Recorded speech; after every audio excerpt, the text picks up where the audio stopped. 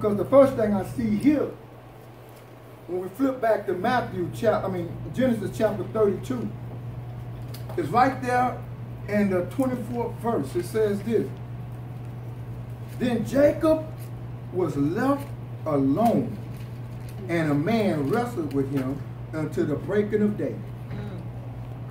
The first thing you need to understand, if you're going to be blessed of God, He will transform you when you stop trying to avoid Him.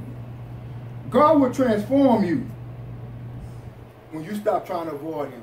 What do you mean, Pastor? I don't try to avoid God. Oh, yes, we do. You will find any and everything to do besides study your word. They'll just pop up that needs your immediate attention.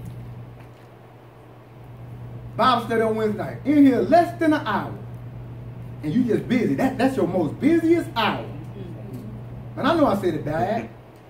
But I say it again. That was your most busiest. I mean, in that 1 hour. And I take it back. The 30 minutes. How long it take y'all to get here from the south side? 30 minutes. 30 minutes. 30 minutes to get back. So that's 2 hours. If we're not rehearsing. Now, I know, with the exception of Michael, nobody's driving further than that to get here. I know. So you get 30 minutes there, 30 minutes back, and less than an hour. So you got about an hour and 45 minutes. And that's the busiest time. It's like Black Friday for retail. That's your Black Friday right there. As you know, I work all day. Me too. I got things to do. Me too. I wash clothes. I wash them too. I do wash my clothes. My clothes. I ain't washing y'all clothes. I wash my clothes. But the thing of it is, we always have to, we avoid God. We're afraid to be alone with God. We want His presence when He's in the giving business. But what if God just want to talk to you about you? Or maybe in this instance, maybe God want to put a chokehold on you. And a man wrestled with him. Here's what you got to understand. Jacob was not anticipating this encounter. He didn't send his family out to Jabat in order for them so he could spend time wrestling with God. He spent time alone because he wanted his family out of harm's way. He already talked to God, if you look at the previous chapter. And God said, I'm going to take you over there. I'm going to take care of you and your people. So I don't know if he was left alone so he could continue this talk with God. You know, God, my brother's on his way. He coming with 400. I don't know what's going to happen, but I know it ain't going to be pretty. Because he started thinking about all the stuff he did as a kid, even grabbing his ankle. He still got a bruise on his left ankle for me grabbing him in my mama's womb. He's just upset that I'm going to die. 400 and I'm here by myself. And all of a sudden you sitting there by yourself in the dark and then somebody come put a chokehold on you. Coming off the top rope. And there ain't no ropes out there. Can you imagine? And I knew Jacob wasn't old because the Bible said they wrestled all night. You know, they like, hey, it's going to be on. And I don't know, but that he was wrestling with it. In other words, now you're alone. You don't have no help. You don't have no scheme. You don't have no plan. You don't have no exit. All you got to do is deal with me. He initiated. Man, capital M. Some try to say the Son of Man. Most theologians believe this was the pre-incarnate Christ. So Jesus Christ himself came down and put a chokehold on Jacob while he was alone. You can't get advice. You can't call for help. It's just me and you one-on-one. And I have to think back in my own life in order for me to appreciate the call that God had placed on my life, he had me alone in a room halfway around the world in Japan. Nothing on TV I wanted to watch. No books I wanted to read. No movies I wanted to watch. No music I wanted was satisfying me. I was just sitting there by myself. And the Lord began to wrestle with me. I'm just so glad it wasn't physical. This here was physical wrestling. And you got to get to a place where you stop avoiding God and you go on and deal with what you want to deal with, because you still got a date with destiny. That's right. And if your destiny is going to take you to another level, you got to be ready to deal with different levels of devils. Amen. He's not trying to destroy Jacob. He's just trying to develop Jacob. And so I want you to look at something for me. You can't run from God. Psalms 139. Let's get there real quick. Psalms 139. Psalm 139. If you can't get there quickly, write it down fast you can.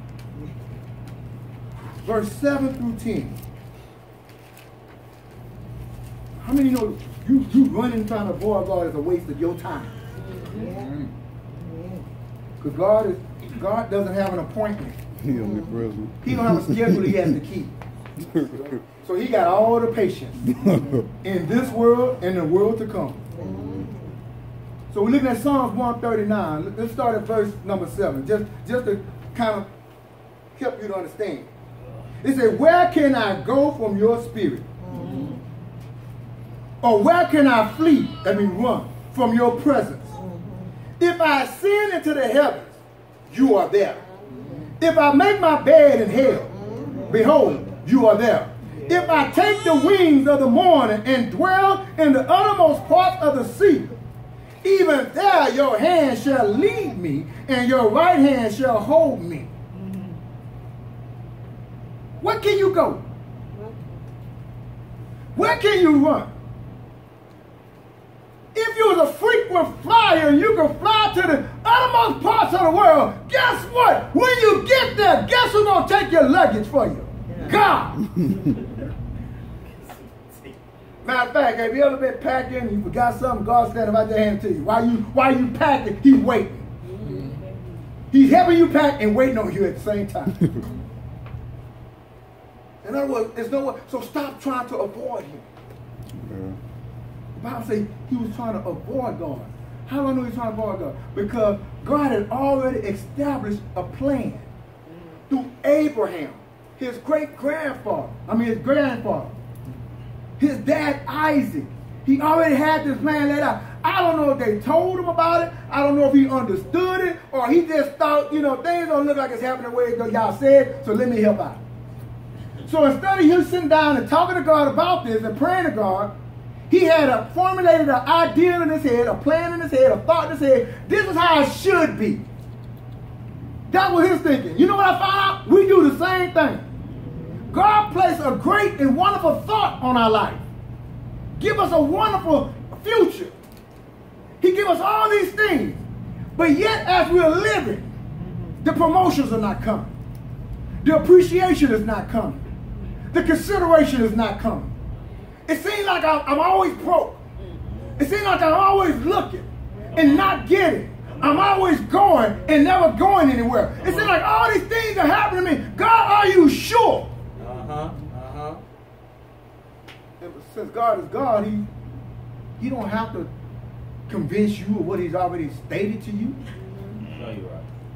He don't have to. So what do? We decide we're going to take matters into our own hands. So since God ain't moving, since I prayed, I planned, and I articulated my thoughts to the Lord, and I know my heart is right. God, you know my heart.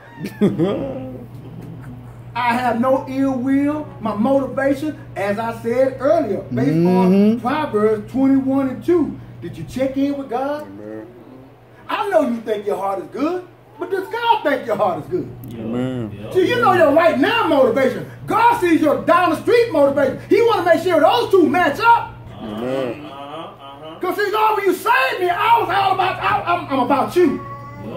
but life and situation begin to happen, begin to unfold, and things begin to go through. We have some Red Seas experience. And we're not Moses standing at the front. We're the ones standing in the back murmuring. All right, all right. I could do bad by myself. At least when I was over there, I had this. I'm accustomed, and I'm in this. And y'all go through all these emotions, and God sit up there like,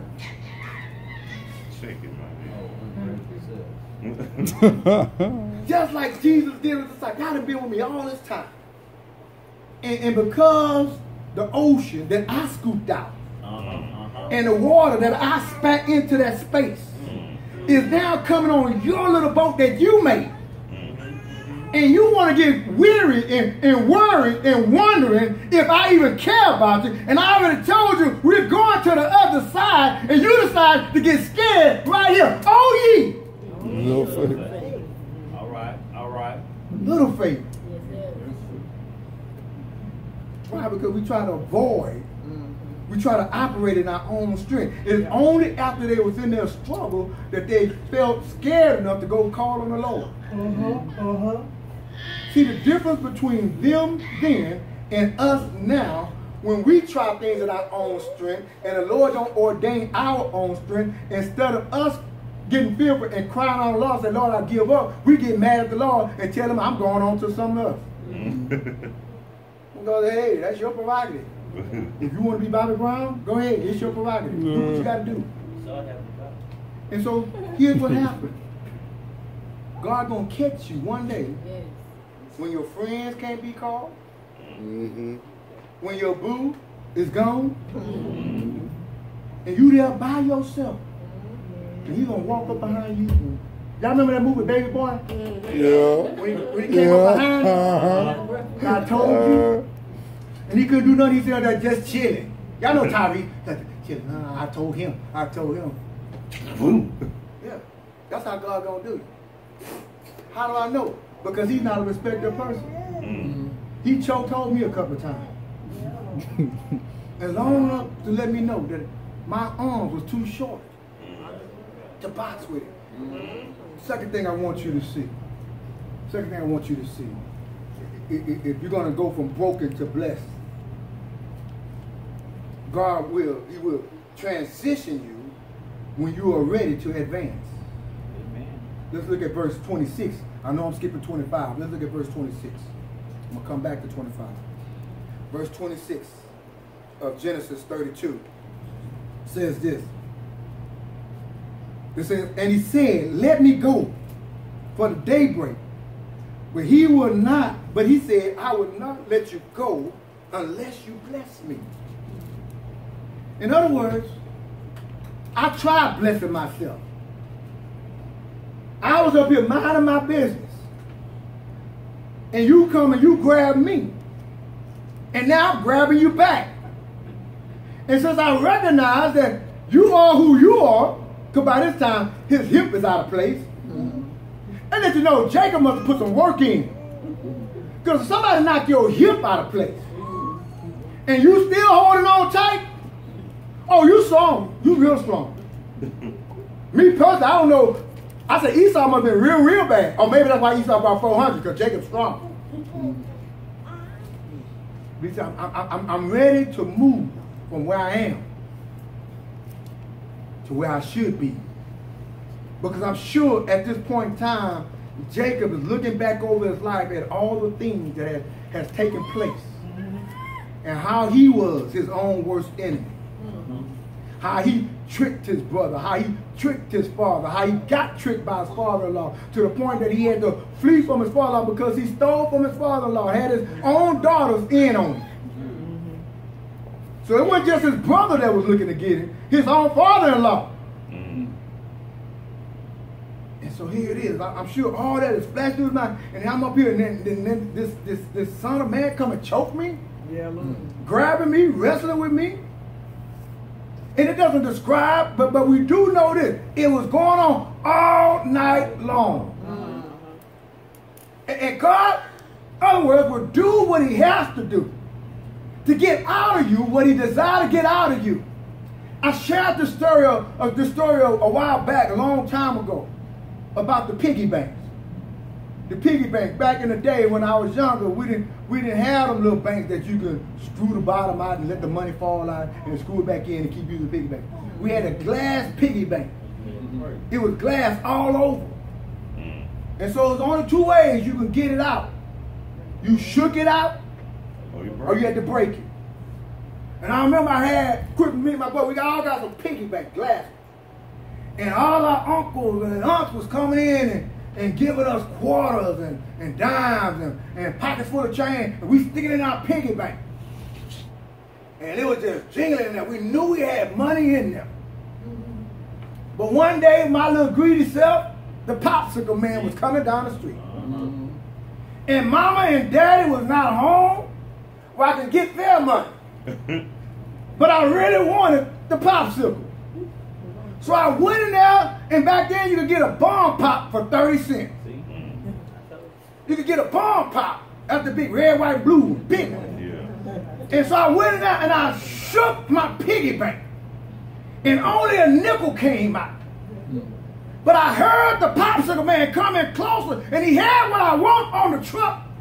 So I shook my piggy bank. And a dime came out.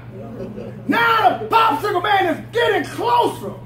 So in fear of me missing the popsicle man, I reached over and grabbed something, and I broke the piggy bank. And I got my quarter out. I couldn't wait. I got my quarter out. And so I worried about explaining how the piggy bank got broke later on. All I know, I wanted what I wanted. Yeah. Why are you telling us this story, Pastor?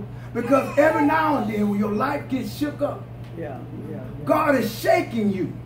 Because he put greatness in you. How did he know he put greatness? Because in the beginning of Genesis, I created man. In my likeness and in my image. And so every now and then God got to shake our world up. And God is looking for $1 and you giving him a nickel. Then God keeps shaking you. And you pop out another nickel and God says it's $1 in there somewhere. So God gets tired of dealing with you because now you're trying to close up to hold the rest. And so God got to break us to advance us. Because it's doubtful that he can use you greatly if he doesn't hurt you deeply. But the beauty about the God we serve and me and my piggy bank, he could put us all back together again. He could do what all the king's horsemen and all the king's men couldn't do. He could put us back together again. And I'm so thankful that God took me outside of myself, by myself, to let me know you are not the master of your fate. I don't care how many books you read. Because we've been taught that we can control our own destiny. You know, if we add scriptures to the Bible. If you take one step, God will take two. Where do you get that from? God don't need you to take a step. God just needs you to be where you need to be, where he told you to be, and be there when he gets there. He would not only transform us, but he would transition us.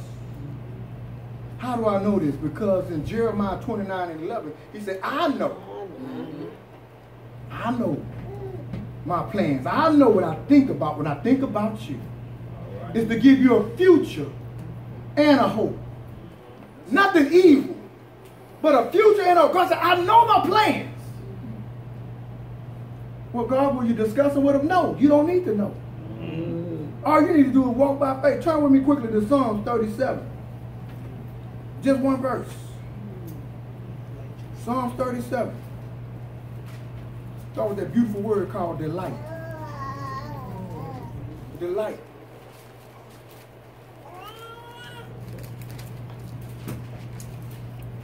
Psalm 37:4. It says, delight yourself also in the Lord, and he shall give you the desires of your heart. If you delight yourself,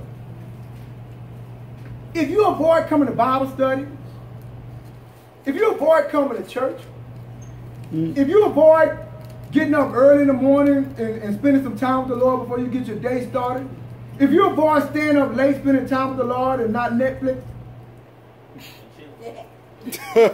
Cody, your Fire Stick, your Xbox, your PlayStations, your FaceTime with your friends, your Snapchat, your chat that snaps, and all the things that you do in between, your Facebook, your Twitter, your Instagram. All these things take precedent. Why? Because they give you some type of delight.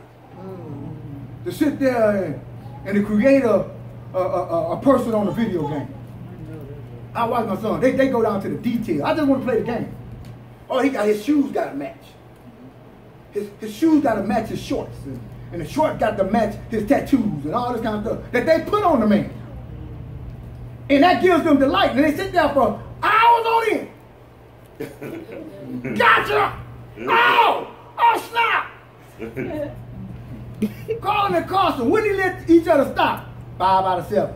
7 out of 10. 10 out of 11. I'm like, what are y'all doing? Well, that's how many times you got to beat me. Go cool, whatever the game they playing.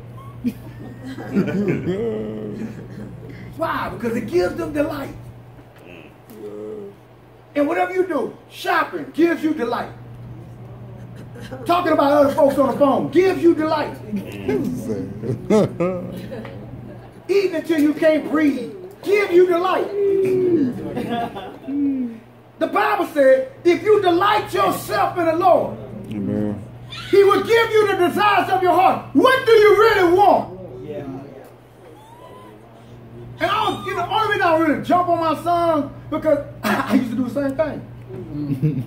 I wouldn't even go to sleep. And I was like 30. They in their teens and early 20s. I'm 30 years old. Me and my nephew Cabbage, we in there playing. And I was a newlywed. But the game gave me delight. I don't know what Carla was doing back there, but the game gave me delight. And we played from time dinner was over, which was around 7. At the time breakfast got started, which was around 8 the next day. And we sitting there, and we wasn't even tired.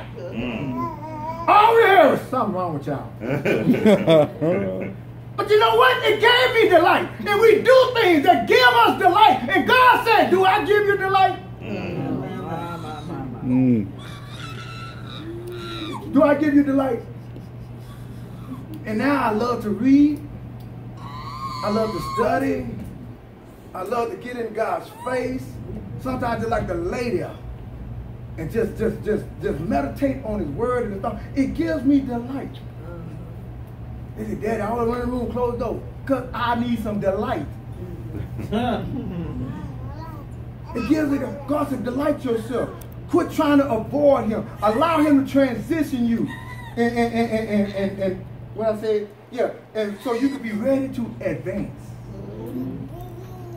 Even if it's just in your own spirit where He's giving you a peace that surpasses all understanding. Even though you're not happy in your situation, you learn therefore how to be content. Whether you're full or whether you're empty. Whether you have or whether you don't have. Whether they're with you or whether they're against you. It doesn't matter. My hope is in the Lord. Amen.